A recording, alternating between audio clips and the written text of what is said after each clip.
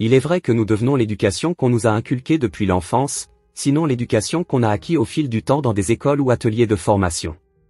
Celle-ci, qu'elle soit bonne ou mauvaise, conditionne notre vie. Néanmoins, il existe des habitudes ou des faits qu'on croit insignifiants et pourtant qui peuvent façonner notre vie. La richesse et l'abondance sont des éléments importants pour vivre une vie qui est financièrement stable et sans stress. Avoir un boulot et gagner de l'argent constitue un moyen d'être riche.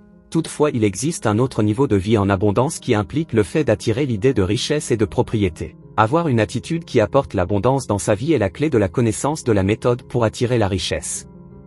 Suivez les faits suivants pour apprendre comment attirer la richesse et commencer à vivre une vie financièrement sécurisée. Voici 4 façons d'attirer l'énergie de la richesse dans votre vie. Numéro 1. Les donations. Le monde se trompe. Vous croyez que c'est ce que vous gardez qui vous fait riche. On vous l'a dit. Moi je vous dis que c'est ce que vous donnez qui vous fait riche. Jean Giono. Offrir est un acte de charité qui vous ouvre les portes de la richesse. Vous devez le faire non pas parce que vous n'avez plus besoin de la chose dont vous donnez, encore moins par contrainte, mais parce que cela vient au plus profond de votre cœur et que vous êtes animé par l'esprit d'aide et de compassion. Cela est autant plus vrai et vous conviendrez avec moi que les hommes les plus riches, les détenteurs des plus grandes firmes au monde sont en général les plus grands donateurs. Il est dit, quiconque cherche à tout prix à s'enrichir tombe dans le piège et la ruine, et le riche, s'il n'amasse pas un capital en donnant, risque de ne pas obtenir la vie véritable. La richesse mal gérée devient aussi un piège mortel. Aucun don ne peut être considéré comme insignifiant, dans la vie apprenons à partager le peu qu'on a, avec nos semblables. Numéro 2. Se lever tôt. C'est l'oiseau matinal qui attrape le ver, ou encore, le monde appartient à ceux qui se lèvent tôt.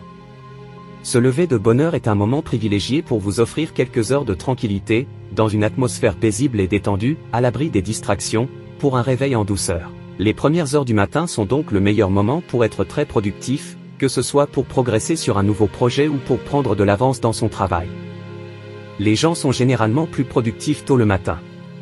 Se lever tôt permet notamment de profiter du moment où le corps est naturellement le plus alerte.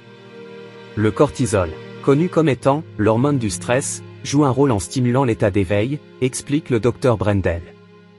Les taux d'hormones fluctuent naturellement tout au long de la journée, le pic se situant pour la plupart des gens aux environs de 8 heures du matin, précise-t-il.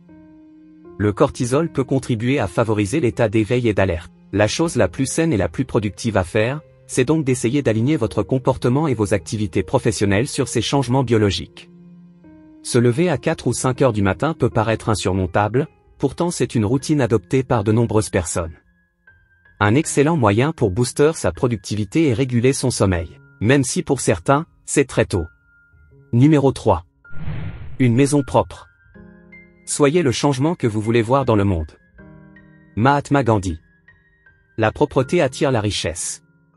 Nettoyer régulièrement sa maison, sa chambre ou ses vêtements peut être non seulement un signe de respect pour sa personne, mais aussi un pas pour favoriser la richesse. Que vous en soyez conscient ou non, la propreté de votre espace a un impact majeur sur votre productivité. Le désordre de votre maison peut tranquillement mener à un désordre de votre esprit et vous faire perdre de vue vos objectifs. Les tracas qui accompagnent une maison en désordre vous font aussi perdre énormément de temps. Avec une vie bien remplie par le travail, la famille et toutes les autres obligations, il est compréhensible de ne pas faire du ménage une de ses priorités. Toutefois, la propreté de votre espace physique peut vous aider à mettre de l'ordre dans vos idées et à être plus motivé pour les autres activités.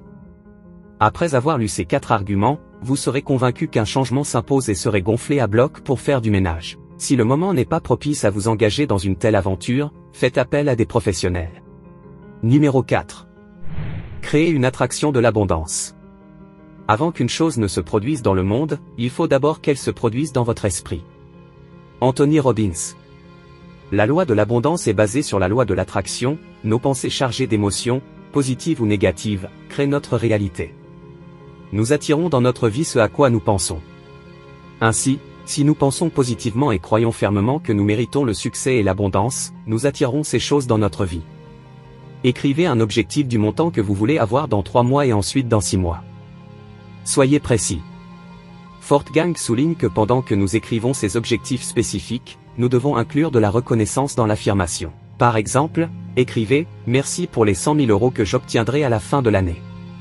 Si, avec le temps, vous n'atteignez pas la somme que vous aviez définie dans votre objectif, soyez quand même reconnaissant et continuez à définir des objectifs positifs pour vous-même.